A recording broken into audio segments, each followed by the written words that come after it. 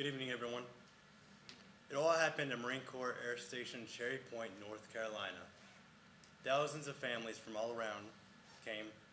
It's an annual air show that they put on every single year. It's a great environment. They have great food out there. They have some stunts. Blue Angels were out there. Everyone was smiling. Everybody was happy.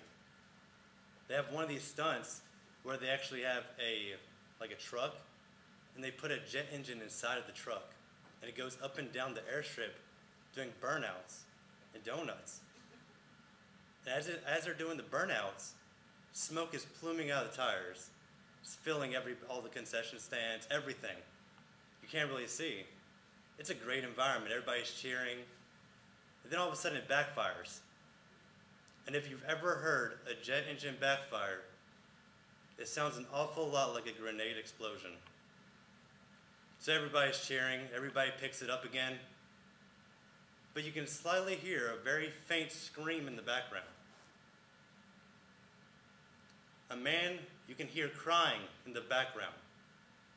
The smoke dissipates, and I see a man laying on the ground, grasping his service dog, not knowing what to do, screaming, crying for help.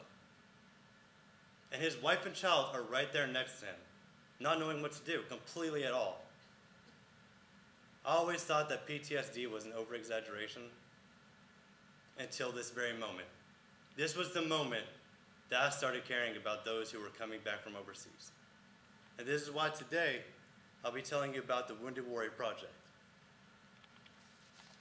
Many soldiers come back from service wounded mentally and physically.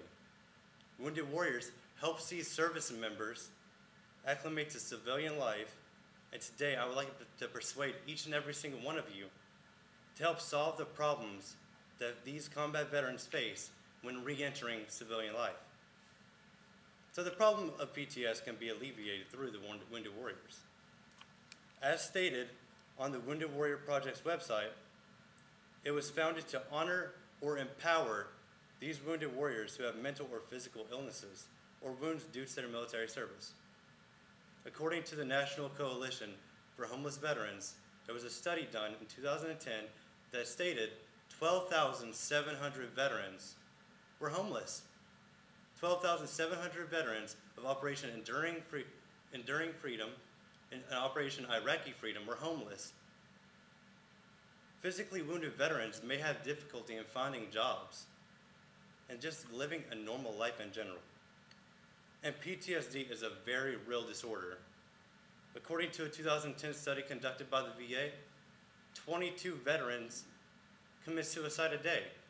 22 a day. So now that we've talked about the problems that these veterans are facing, let's talk about the solutions.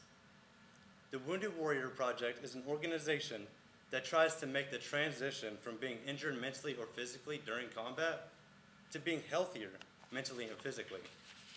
The Wounded Warrior Project also helps these individuals find jobs because it's difficult for them. It also helps them learn how to use their veteran benefits in the civilian world to attain a better life.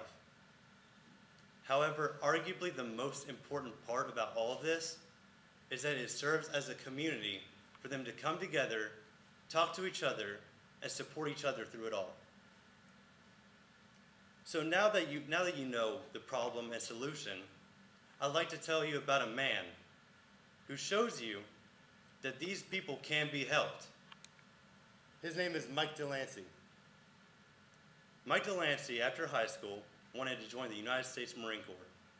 He went through 3 months of grueling, exhausting, disciplined training, and he came out a United States Marine. He got orders to Hawaii, and he was a part of 3rd Battalion, 3rd Marines. 2 months goes by, nothing happens. But then all of a sudden he gets a call saying he's going to deploy. He was excited, just like every other Marine would be. He'd be excited. And then it all switched around on him. He got shot in the spine by a sniper and was immediately paralyzed. He was sent over to Tampa, Florida, and this is where he started his recovery. While in Tampa, he found the Wounded Warriors Project, which helped him in so many ways.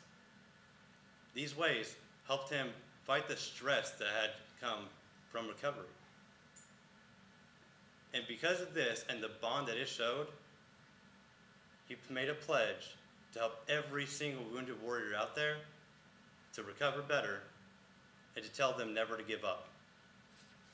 So now you know why the Wounded Warrior Project is important. You know the solutions for this. So how can you help? The Wounded Warrior Project hosts different events all throughout the year. You can all come to these events. They're open to the public, and it's a great environment because you can actually talk to these warriors, and you can actually understand their struggles. Not to mention, it actually helps them acclimate better to civilian life because they feel a part of the community. Additionally, if you're an athlete, you like to compete. They have 5Ks that they host, triathlons, marathons, different sporting events to make sure that you can raise awareness in any way you like. You can even host a fundraiser on their website. All you have to do is click a little link and it opens it up right there. And all you have to do is open it up. You can have golfing parties, fishing parties, whatever you like, you can host those. So now you know exactly how you can help. And in conclusion, we've talked about why the PTSD is a very real problem. I urge each and every single one of you to think about how you can help these veterans out. It doesn't have to be a big extravagant event. You could simply just start a fundraiser, like I said, attend an event to raise awareness, or just donate $1 or $2. According to their website, it actually tells you that every dollar that you donate, it helps 100,000 different wounded warriors, their families, caregivers. It really doesn't matter what you do. It just matters that this little sign is the hope that they may be looking for, and you could be making somebody's life a lot better. So what can you do?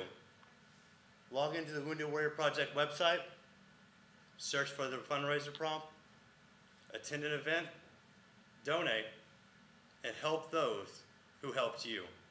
Thank you very much.